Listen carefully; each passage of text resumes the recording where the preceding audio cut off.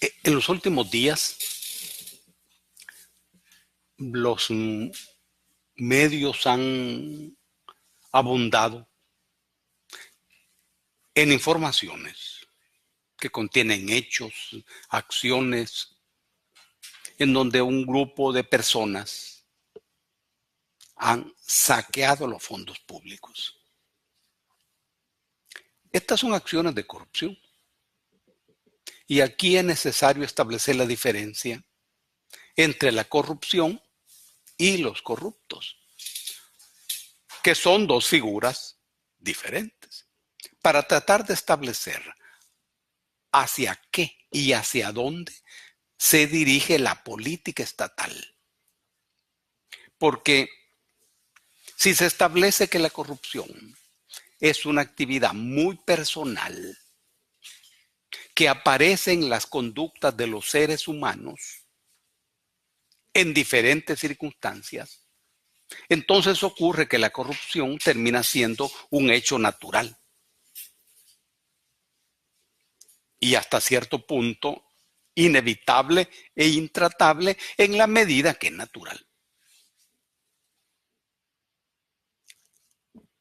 Y si es así, resulta que la política estatal aborda la conducta de los corruptos, pero no aborda la corrupción.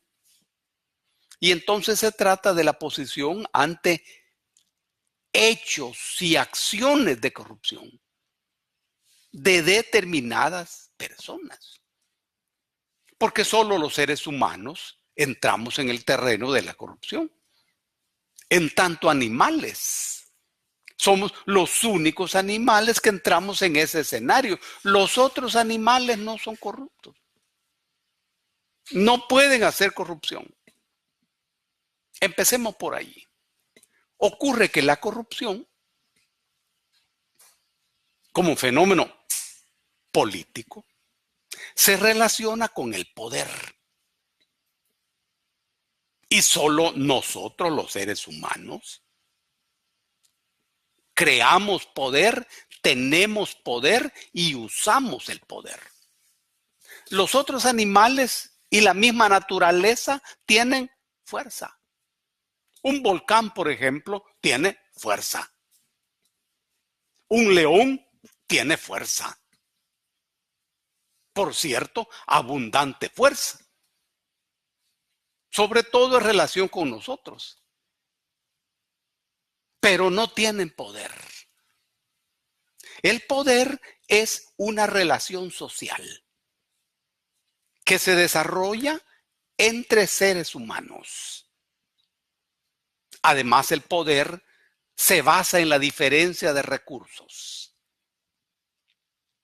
El que tiene más poder en el mundo actual es el que tiene más conocimientos. Este es el nivel más alto del poder.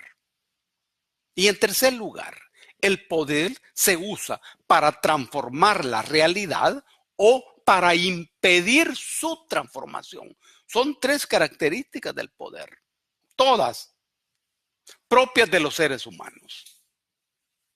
Ahora bien, la Constitución dice, los funcionarios son delegados del pueblo y no tienen más atribución que las que expresamente les da la ley. Hay un punto.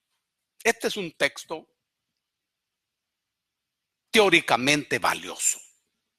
Dice, los funcionarios son delegados del pueblo. Funcionario es aquella persona que estima que lo determinante es la función. Y él es un medio para cumplir esa función. El fin de un funcionario es la función. Y él es el medio. Aquí, en este concepto, se trastoca las partes de la figura. Porque el ser humano ha de ser siempre un fin. Eso lo dice la filosofía occidental. Pero en este concepto no. La persona es el medio para el logro de un fin. Esa es la noción de funcionario. Y luego dice, es delegado del pueblo. ¿Cuál es la esencia de la figura de delegado? Es que administra un poder ajeno. Esta es la esencia. Por eso que la Constitución a continuación dice, y no tiene más atribuciones que las que expresamente le da la ley. Ese es el funcionario. El poder del funcionario no es de él. Ahora bien, y si no es de él, ¿de quién es el poder que el funcionario administra? Es de la gente. El poder es del pueblo. Ahora bien, aquí el poder entra como en dos momentos. Cuando el poder está en manos del pueblo, es jus potentia. Esto quiere decir que es un poder en potencia. Ojo, ojo. Aquí los teóricos están diciendo que el pueblo no puede ejercer directamente el poder. Estamos hablando de los juristas de Occidente. Esto no es cierto. Pero yo estoy explicando el sentido de la disposición constitucional. Su esencia filosófica. En la jus potentia, el poder es el poder de la gente. Y la gente no puede ni debe ejercer directamente ese poder. Y entonces, ¿y cómo la gente ejerce ese poder? Se lo pasa al funcionario que ejerce el poder de la gente. Y entonces deja de ser poder en potencia y se transforma en poder real, jus potestà. Los términos en latín expresan esta fenomenología. Pero no nos vamos a detener en esa trampa. Es lo que dice la Constitución. Aquí la clave es comprender que la esencia de la corrupción está situada en el momento en que ese funcionario usa el poder ajeno que él administra como poder propio. Este es el punto. El funcionario entonces deja de ser delegado de la gente y se beneficia del poder. Usa ese poder ajeno usufructuándolo, sacándole ventaja. Y deja de ser el administrador del poder del pueblo. Y en esencia deja de ser funcionario. De acuerdo en la filosofía que está en la Constitución. Esta es una filosofía jurídica. Y este es el corazón del fenómeno. Observen ustedes que el artículo 240 de la Constitución, que el que aborda el fenómeno del enriquecimiento ilícito, establece la relación del funcionario con la cosa. La cosa. Y cuando habla de la cosa, se refiere a los bienes. Exactamente a los bienes. Y entonces, el funcionario que adquiere bienes que van más allá de lo que podría adquirir de acuerdo a su salario, o que adquiere bienes de una manera no justa, allí hay enriquecimiento ilícito.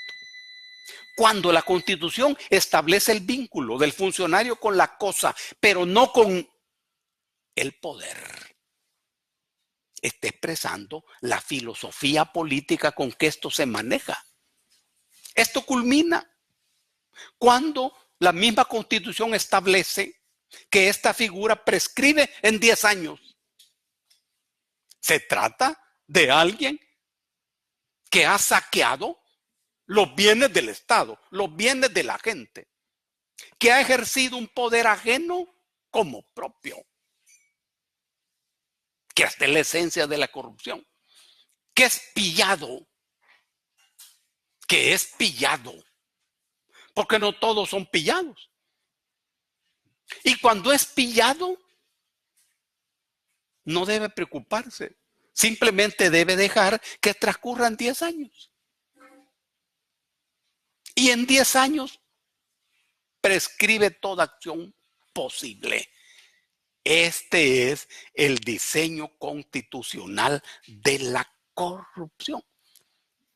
Nos damos cuenta entonces que no hay un abordaje ante la corrupción, hay un abordaje ante el corrupto. Se trata de casos específicos de corrupción. Ahora, ¿y en qué circunstancias estos casos aparecen? Siempre requiere un fundamento político.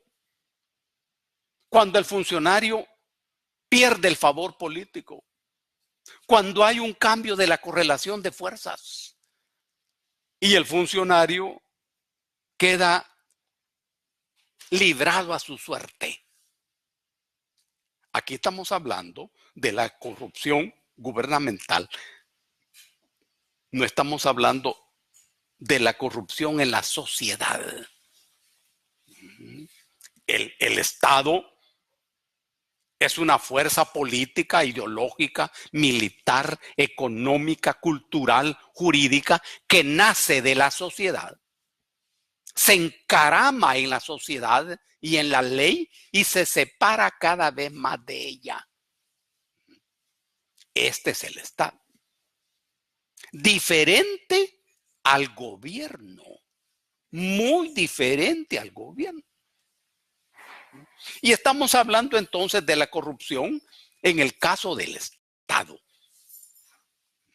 que no está ubicada solamente allí. Ahora bien, toda esta publicidad que ha crecido en torno a este fenómeno, nos ha ayudado a entender las cosas. Porque en lo que tiene que ver con el Estado, el fenómeno es estructural, es sistémico. El Estado parece funcionar en base a 3 aceites fundamentales: la corrupción, la violencia y la ilegalidad. La violencia es consustancial al Estado. El Estado funciona en base a la ley, pero la ley es la prescripción que tiene el respaldo de la amenaza y la violencia del Estado.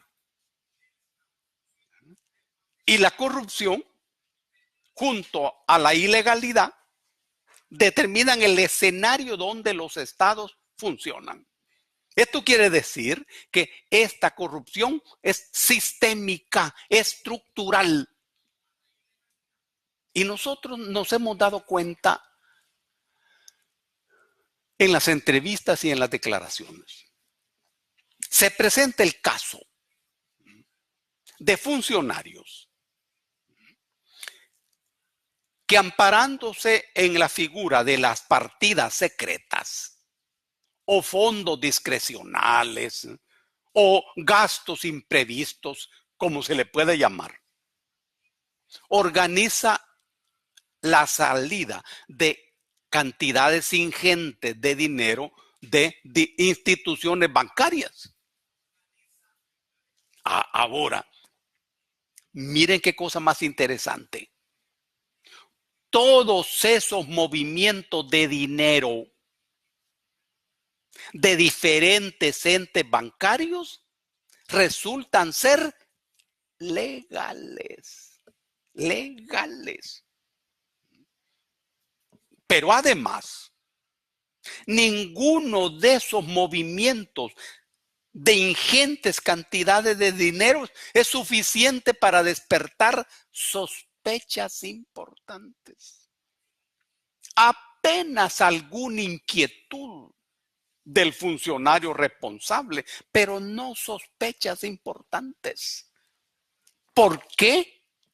Es legal. El problema que se presenta con esos movimientos, sin embargo, están solamente situados al final de la tubería, en lo que tiene que ver con el uso o los usos de esos fondos. Todo lo demás es procedimentalmente debido y tiene respaldo legal. El único problemita es el uso.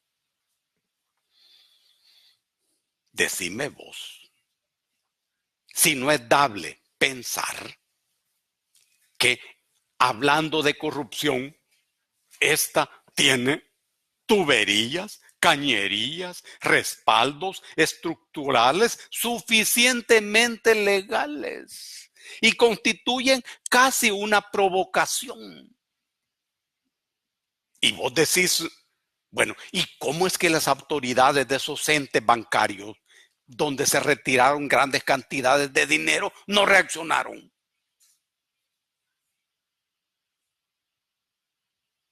Y violaron la ley cuando no reaccionaron. Hay mecanismos para reaccionar. ¿Se puede poner alguna cortapisa legal para evitar esos trámites? No. Todo parece y aparece como normal. Este es un hallazgo que vos lo podés encontrar en las entrevistas y en las declaraciones. Y esto te confirma la tesis de que la corrupción tiene que ver con la naturaleza del Estado. Estamos hablando de este Estado del Salvador. ¿Cuál es el Estado del Salvador? Es un Estado neoliberal. El Estado neoliberal se organiza en nuestro país después de la guerra civil. Neoliberal en el sentido de que es plenamente neoliberal. En los otros estados anteriores, que es el estado oligárquico, también había corrupción.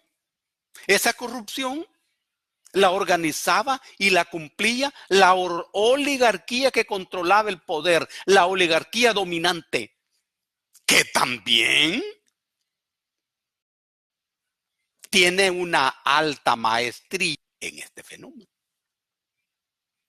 Ahora se trata de otra clase social. Es la clase social que se convirtió en clase gobernante después que terminó la guerra civil. Cuando la Fuerza Armada no gana la guerra civil, pierde su calidad de clase gobernante. Este estaba establecido en el artículo 211 de la Constitución de 1983. Si vos lees hoy el artículo 212 de la misma Constitución reformada, ahí está establecido los términos en donde la Fuerza Armada ya no es la clase gobernante. Dice, la Fuerza Armada tiene como misión la defensa de la soberanía del Estado y la integridad del territorio. Punto. Entonces viene una nueva clase gobernante,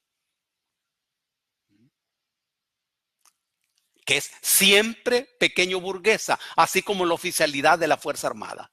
Es la pequeña burguesía que organizó y dirigió la guerra civil.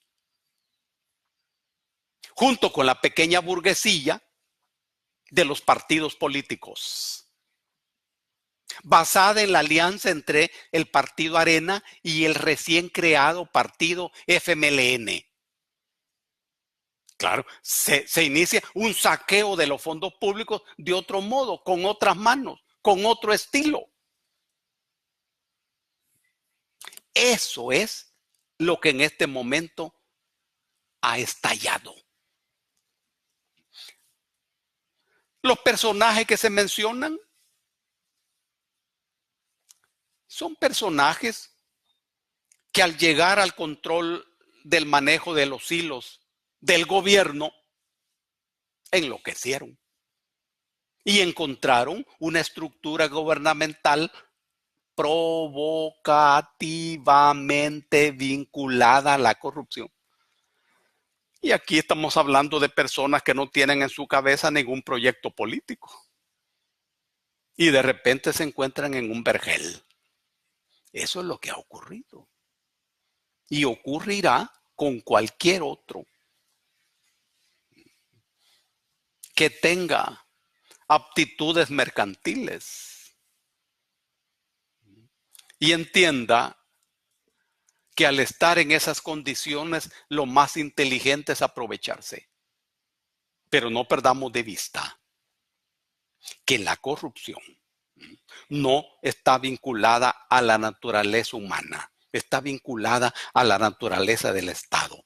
Y el abordaje entonces de este fenómeno requiere transformaciones en el Estado.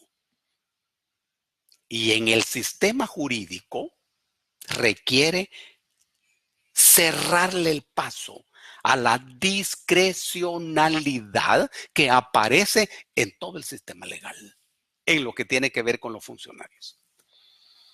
Un abrazo para todos y para todas.